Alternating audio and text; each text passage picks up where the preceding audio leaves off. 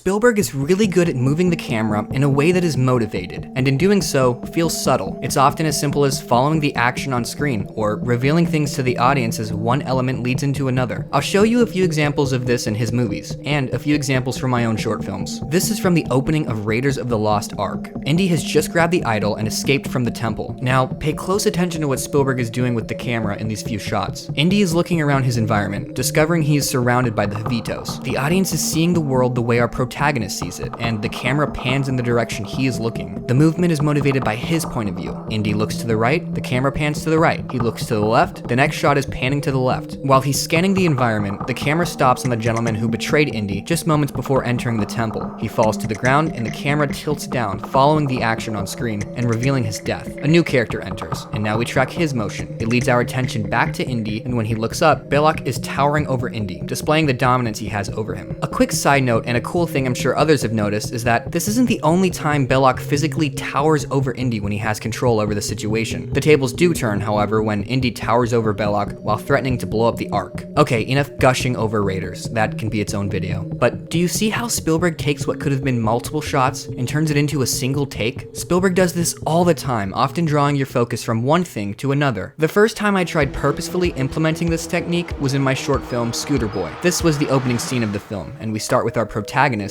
Leo. He's throwing darts, and after his last throw, the camera pans in the direction he's throwing as Jake, the supporting character, enters the room. Jake casually addresses the dartboard, and we track with him as he takes a seat. So what could have been multiple shots, a shot of Sam throwing darts, a shot of the dartboard, and a shot of Jake entering the room and taking a seat, I combined into one take that hopefully feels organic. Another quick example from Scooter Boy is the racing scene. We start with Chris, the antagonist of the film, who walks around Leo, almost circling him like a shark, and what started as a single shot has now turned into a wide two-shot. When the race begins, the camera rushes forward exactly like the two racers. Some of these movements can seem a bit elaborate, but they don't have to be.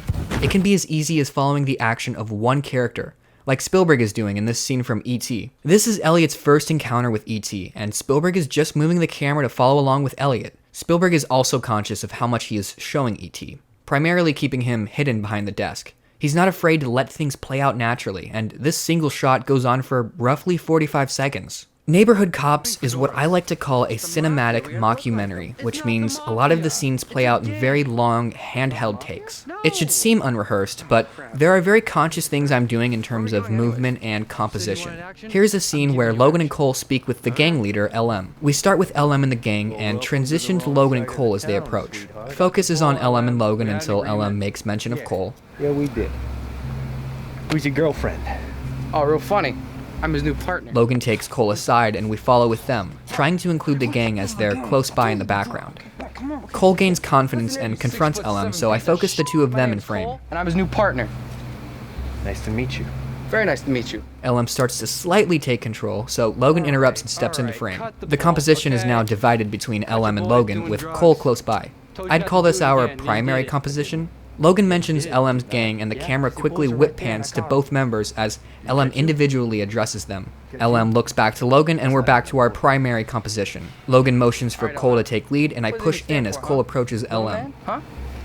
Punch, and end of scene. A thing to take note is the use of handheld. Every example I've shown you from my own short films has been a handheld shot because prior to a month ago, I couldn't afford a gimbal. But don't let the lack of equipment discourage you. Even Spielberg will occasionally go handheld, like this scene from Minority Report. Done right, it adds a very natural feel to your shots and can give the audience the feeling of walking around the scene as events unfold. The last example I'll speak on is also from Neighborhood Cops, but gives a completely different feeling than the scene I spoke on before. It's the sequence where Logan is having PTSD from his past mistake. He's walking around an abstract neighborhood, and I cut to a shot of the road. I wanted the audience to think that they were seeing things from Logan's point of view, and in a way, they were. The camera stops on a bloody piece of clothing and tilts up as Logan picks it up. He examines the bloody shirt and slowly realizes it belongs to the man he shot and killed. This is a much quicker shot than the previous Neighborhood Cops example, but that's the great thing about techniques like this. They can be tailored to fit your shot, your scene, your movie. It's up to you. This video isn't about long shots. It's about motivated ones. It can last 5 seconds or go on for a minute and beyond. Ask yourself, should I move the camera? If so, why am I moving the camera? And finally, how can I best best move the camera to benefit my story. If there's a greater lesson from all of this, it's to study the pros. Spielberg isn't the only person who moves the camera like this. A lot of really great, especially older movies, have similar practices. I couldn't find the interview, but I remember Spielberg himself speaking about older movies and how they would often slow things down and let shots play out for a while, often in a wide shot.